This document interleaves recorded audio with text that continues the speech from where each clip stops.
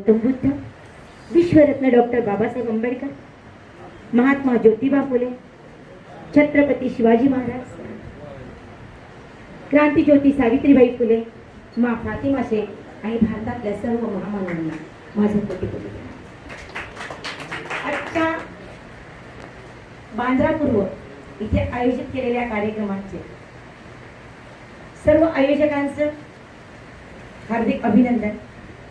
विचारपीठावर उपस्थित असलेले आमचे मुंबईचे लढवय्ये नेते माननीय कैलास जयस्वालजी, कार्याध्यक्ष अय्याजभाई, महिला महाराष्ट्र महासचिव करुणाताई, माननीय वाघमारे जी, आशीष भाई, मैं सबका नाम नहीं ले पाती हूँ।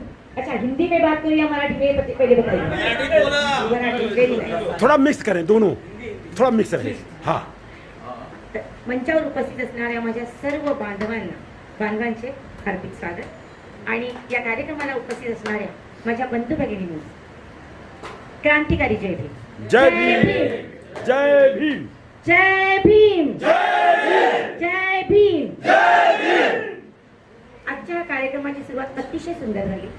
आमचे मोरिया भाई यांनी मला सरप्राईज दिलं की या आपल्या कार्यक्रमाची सुरुवात ही अशाच प्रकारे व्हायला पाहिजे। त्यांनी संविधान दिलं, एवढंच नाही तर आपली उद्देशिका वाचून या कार्यक्रमाची सुरुवात झाली। अतिशय छान उपक्रम राबवला गेला आणि असा उपक्रम प्रत्येक कार्यक्रमात आपण इथून पुढे केल्याशिवाय राबवूया। इथे काही मुद्दे मी मांडणार आहे कारण भाषण आपल्याला करायचं नाही।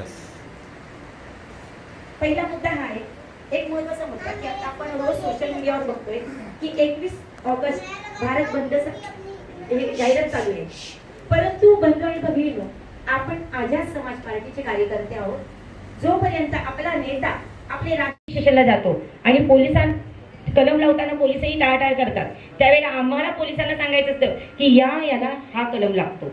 म्हणजे काय की पोलिसांना कळतं की बाबा संविधानाचे अभ्यासक आहे। जेव्हा आम्ही संविधानाचे अभ्यासक तेव्हा त्यांना कळतं ना, तेव्हा ते सुद्धा चुकीचे कलम आपल्यावर लावत नाहीत। त्यामुळे आपण संविधान जर आपल्यासाठी आहे तर त्याचा वापर आपण स्वतः केला पाहिजे।